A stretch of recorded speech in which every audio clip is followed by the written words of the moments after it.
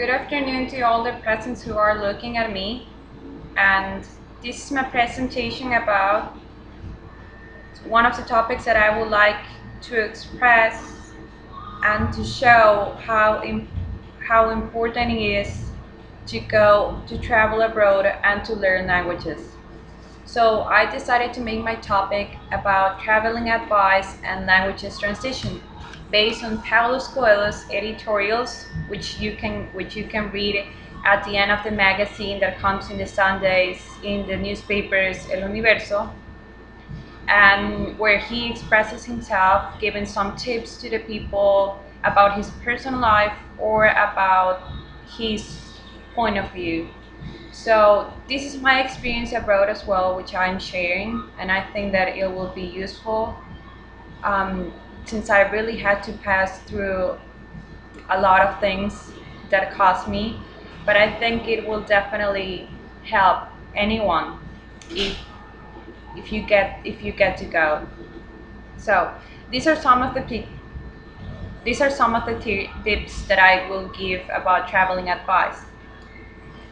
So I could speak English fluently when I was 12, but since I learned it really young, I couldn't remember what the transition was that I had to pass through in order to learn it.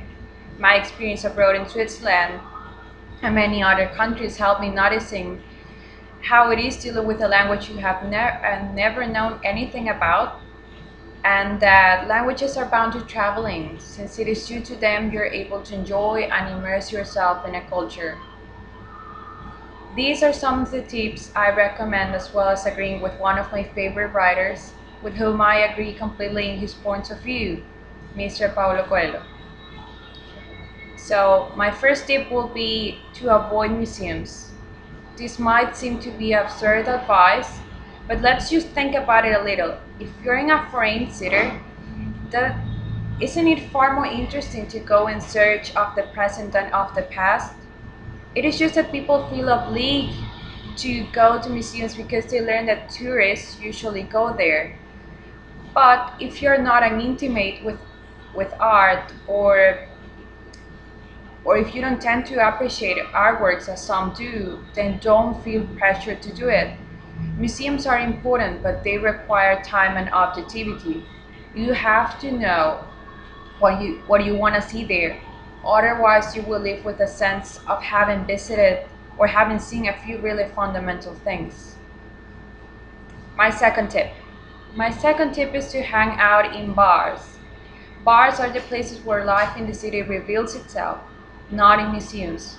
By bars, I don't mean nightclubs, but the places where ordinary people go, have a drink, are always ready for a chat, and truly behave how they are.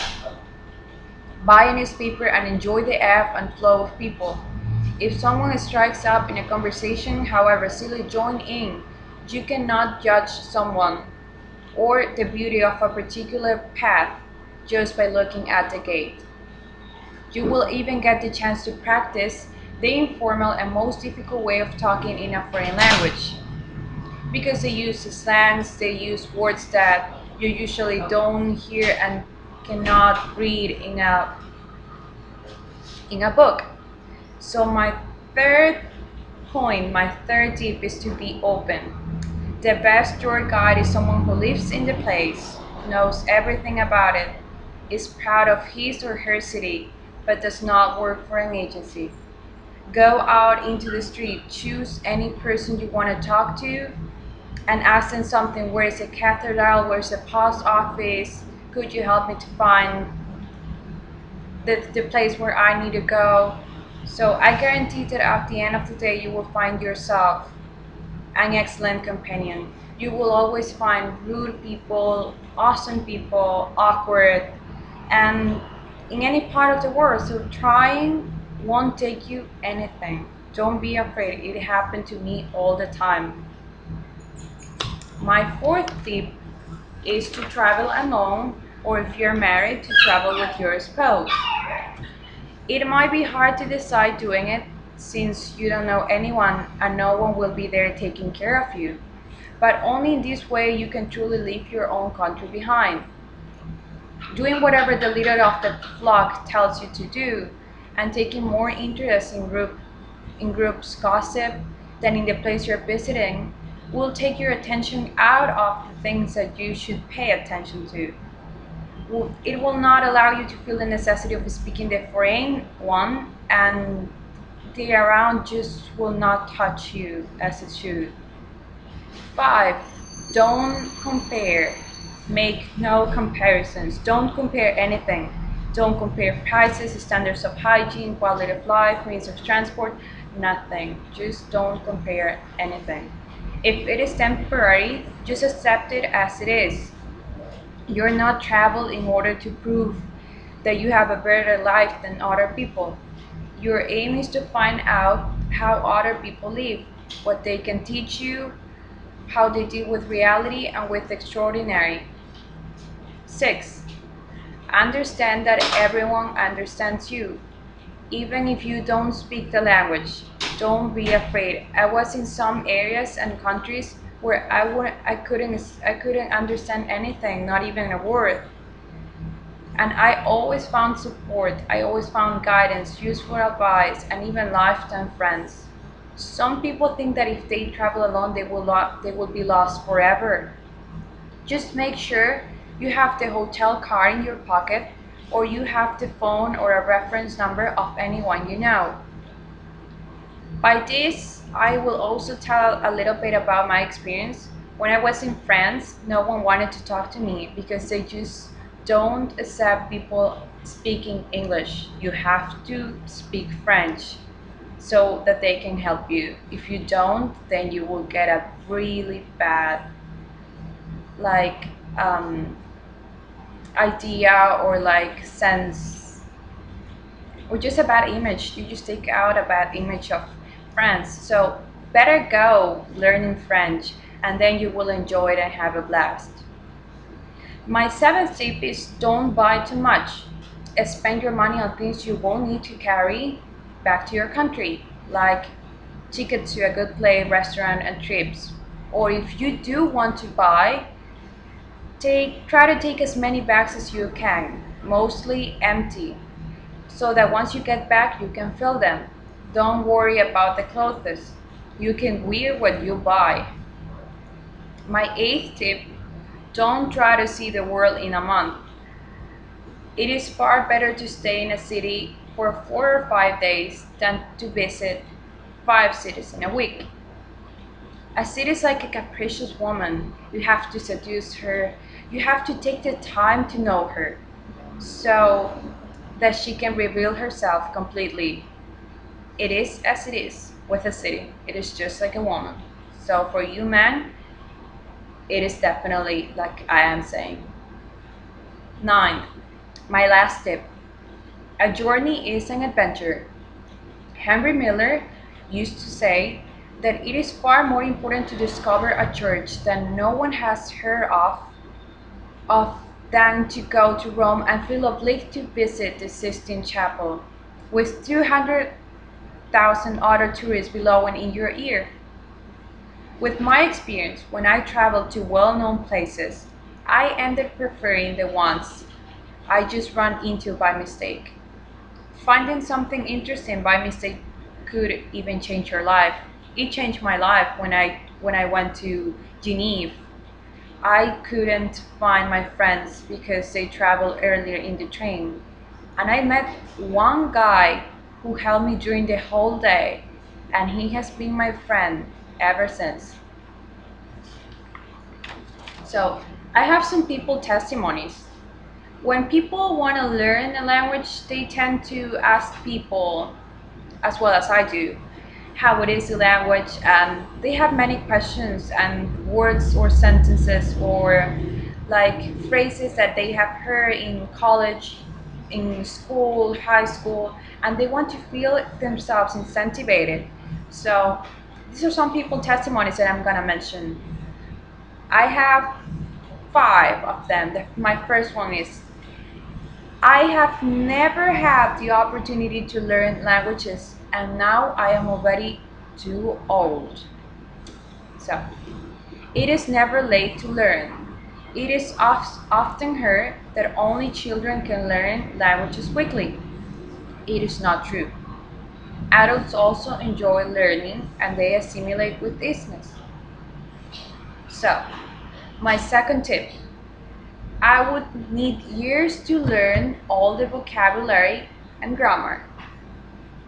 It is not necessary to learn everything. You can begin to communicate in one language with a minimum knowledge and learning it little by little. My third one. In the school, languages were awful to me. Many people that didn't obtain good results in the school have studied languages later. One real and inspirational example is my mom. She couldn't speak English at all. She decided to do it because of us, her daughters, myself. So, to help us in our homework, although she hated it when she was in the school. She got in the university when she was 36 and she graduated when she was 40. Modern methods are interesting. They facilitate the communication and allow enjoying and speaking other languages. Another one. It is embarrassing to make so many mistakes. That was my motto my whole year abroad. But I realized at the end that I hadn't learned if I hadn't tripped over the same stone twice. There is no reason. Mistakes are part of the learning of a language, and people will be comprehensive about it. So don't worry and try it. Go for it. I learned to speak and write properly after speaking everything wrong and after writing everything wrong.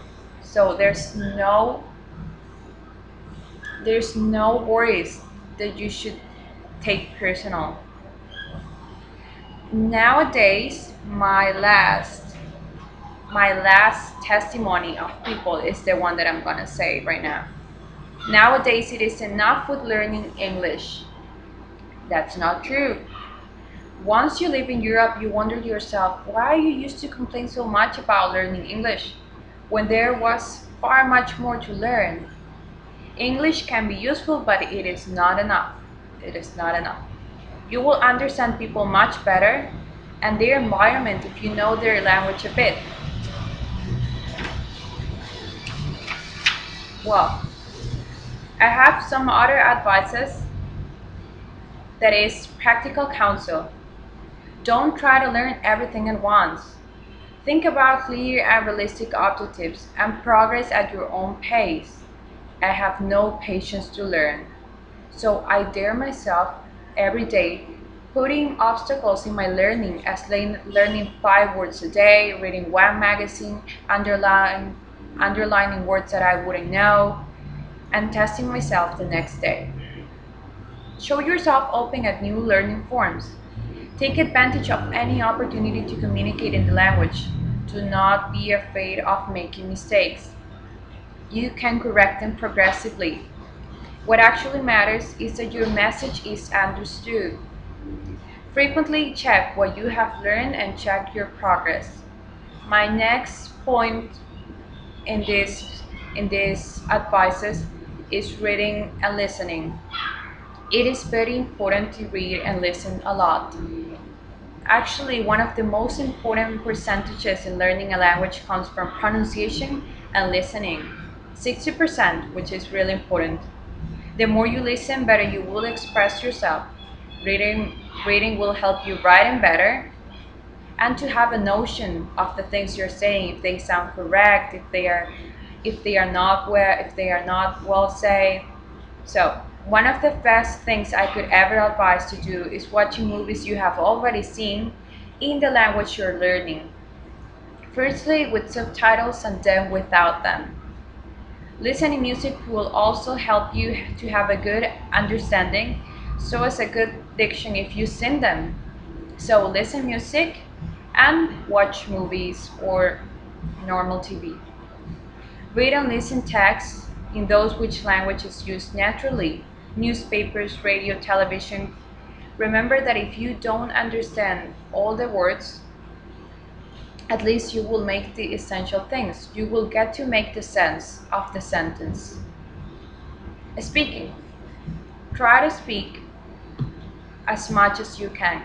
Take any opportunity to prove yourself and hang out with new friends. Hang out with people you know and don't know to deal with different intonations and voices. Because that's what happens when you are learning a new language. You get afraid when you know someone and you have never heard his voice or her voice. So, if you travel to a country in which the language you're studying is spoken and people speak to you in your language or they speak to you in English, please ask them to speak to you in their native language, in the language you're learning. And they will respect it.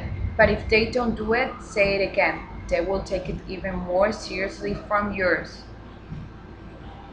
Memorize the sentences that you will say more often when meeting somebody, shopping in the stores. Most people don't get to have a perfect accent in a foreign language. It is irrelevant. The important thing is that they understand you. With me, it's different. I tend to improve myself so much because I'm too perfectionist. So I'm always looking forward to pronunciating the words as I tend to hear them from native. My last advice is writing.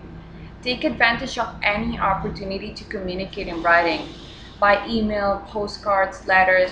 Reread what you have written. When you write, you have more time to check and correct mistakes. There is no complete learning. If you don't learn how to how to write what you have learned, how to speak, there is there is not. This will enshrine yourself. To me, in my personal opinion, you can you can you can say that you have learned actually completely in a 100% when you read a book. When you read a book of the language you're learning. If you are learning English and then you read a book, even with the help of a dictionary, you can say I understand English because I read all this whole book.